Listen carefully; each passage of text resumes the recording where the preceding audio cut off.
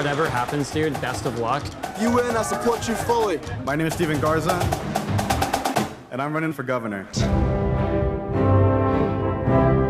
Some people say they're a sports junkie. I say I'm a politics junkie. I, too, was Girl State when I was in high school in California. Yes, it was a little different. We didn't have social media, but I was so curious to see how the boys did it. So maybe talk to me a little bit about the process. Did the filmmakers come to you before and say, hey, we'd like to follow you along in your experience? Did you guys know that each other were being highlighted while you were at camp? Maybe just share a little bit about the beginnings of it. I will say that my experience was different from the other three. I found out about Boys State a week before the program. I was at a debate tournament, and my coach was like, Renee, do you want to do Boys State? And I'm running on my way to a debate round, and I'm like, if it's a good thing, yes, I want to do it, because I didn't have time to hear. So I jumped in not really knowing what was going on. And then in the documentary, you see that speech I give on the, I believe, first or second day. And that was the first time I meet the filmmakers. And so I really liked how they set that up with the documentaries. Like, you meet me the same way the documentary crew met me. So it was all a big surprise on my half. The other three of you were approached with the filmmakers before. So did that kind of shape the way you went into camp, knowing if you were going to run for certain positions, or were you like, let's see what happens? I already kind of had an idea. It wasn't so much from the filmmakers. It was more because I had a friend who went the year before me, and I remember we sat down, we game planned all of it out in advance, and he was like, I got here, I made this mistake, win this, get this signature, do this. I came in, and there's a saying, everyone has a plan until he gets punched in the face. And you'll see it in the documentary, I got punched in the face really hard, like day one, and I had to kind of change things on my feet really quickly. And having the advanced knowledge helped, but once I was there, I was kind of flying by instinct for pretty much the whole week, and it felt good. Stephen, maybe talk to me a little bit. When we first see you, you're a little shyer, and you have this drive and this internal motivation, but we're not sure how that's going to play out with a sea of, highly excited young men. And then that first speech that you give, my husband and I both were like, okay. So for you, what did it feel like when the first time that you're addressing this crowd? I was so nervous that day. So yeah, I see the beginning of the film, and all I think about is, man, I'm so awkward for the first 25 minutes of it.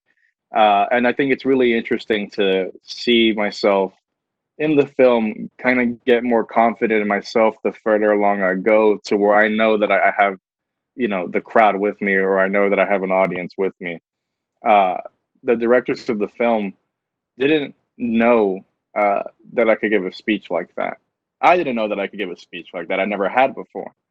I started off a bit, not necessarily timid, but reserved, as I usually had been, and thanking the people who had supported me, because it took a lot for me to get to that point. And there's all these rowdy people, all these, people who were taller than I was, that were maybe more fit than I was.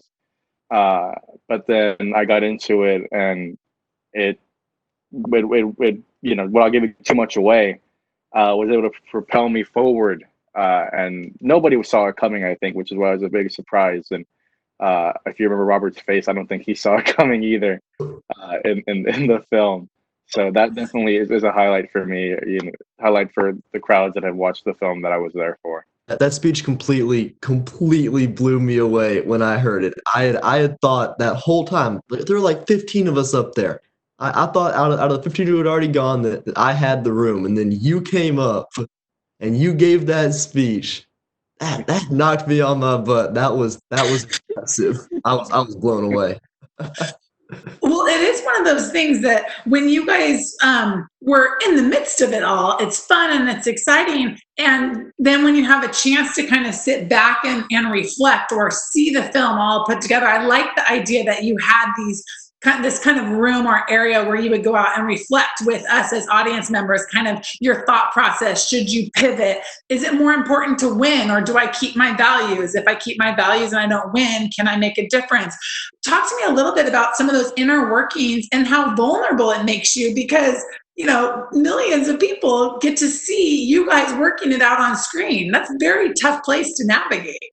I will say that, that's really, I think, some of the beauty of the storytelling is the way that they grant so much complexity to us as subjects, beyond the work of what we're actually supposed to be doing at the camp.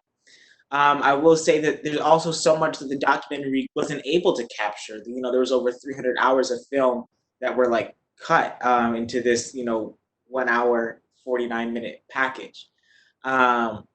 And so that being said, I will say that some of my introspection and reflection wasn't necessarily given as much time, but it was really an important process for me to be able to, sit back, understand that, I'm in a position now where the opinions of 500 other people actually do matter. Now, how do I reconcile that? How do I reconcile my own individuality with the, needs of the group? And I think that, especially the age that we were in, 17 years old, that this was a very much so fantastic coming of age, right, for a lot of us. That's politics, I think. That's politics.